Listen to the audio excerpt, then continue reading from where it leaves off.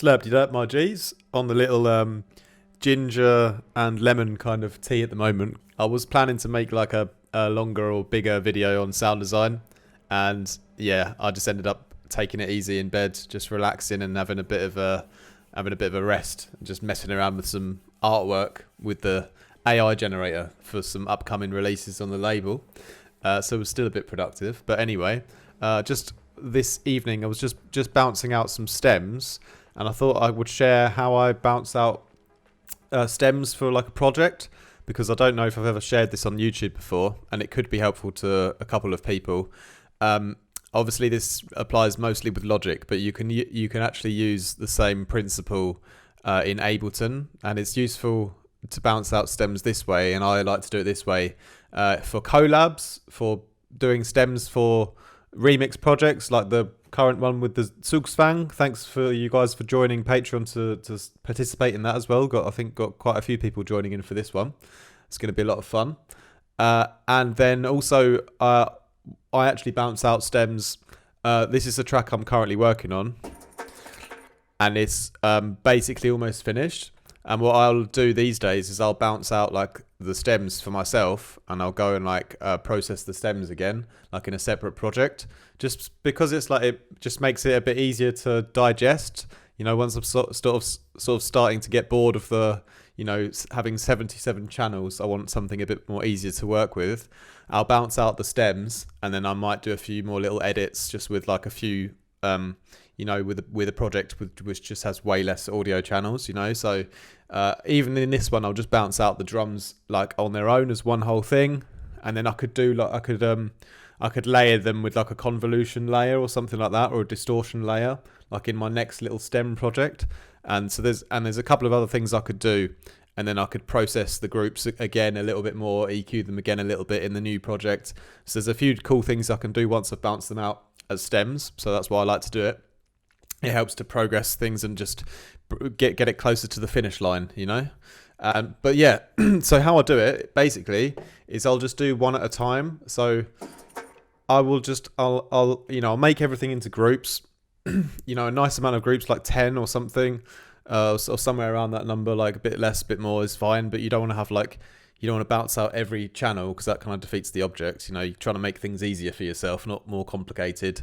And you want to have like, you want to be a little bit mindful of like, you know, what you want to put in each group, so that you can like EQ that group like how you think it should be EQ'd. And you might, you know, maybe you want to like low cut one of the groups a lot more than like one of the other ones. So you just got to be mindful about how you're going to sort of play the like frequency band selection game, you know, among your groups. So anyway, what I'll do is I'll simply just mute all of the channels, all of the groups which I'm not bouncing out, and then I'll simply just hit the bounce button and bounce out the whole track as like the exporting the whole WAV of the whole track, you know.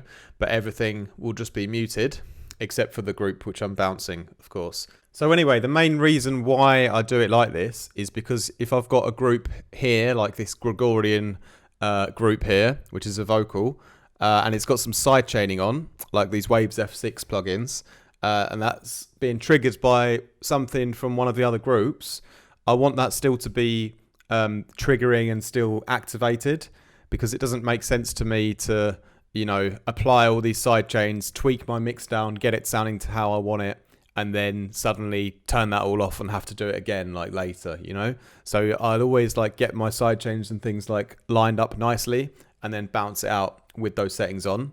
And so that's why I bounce everything out individually, one group at a time, is so that all of the sidechain routing between the different groups is still going to be activated, because although I've muted all of the outputs, that's not going to affect the specific, you know, if it's the drum sidechain going into the vocal sidechain here, that's still going to be ongoing. Just because I've muted the output of the drums, it's not going to turn off the sidechain.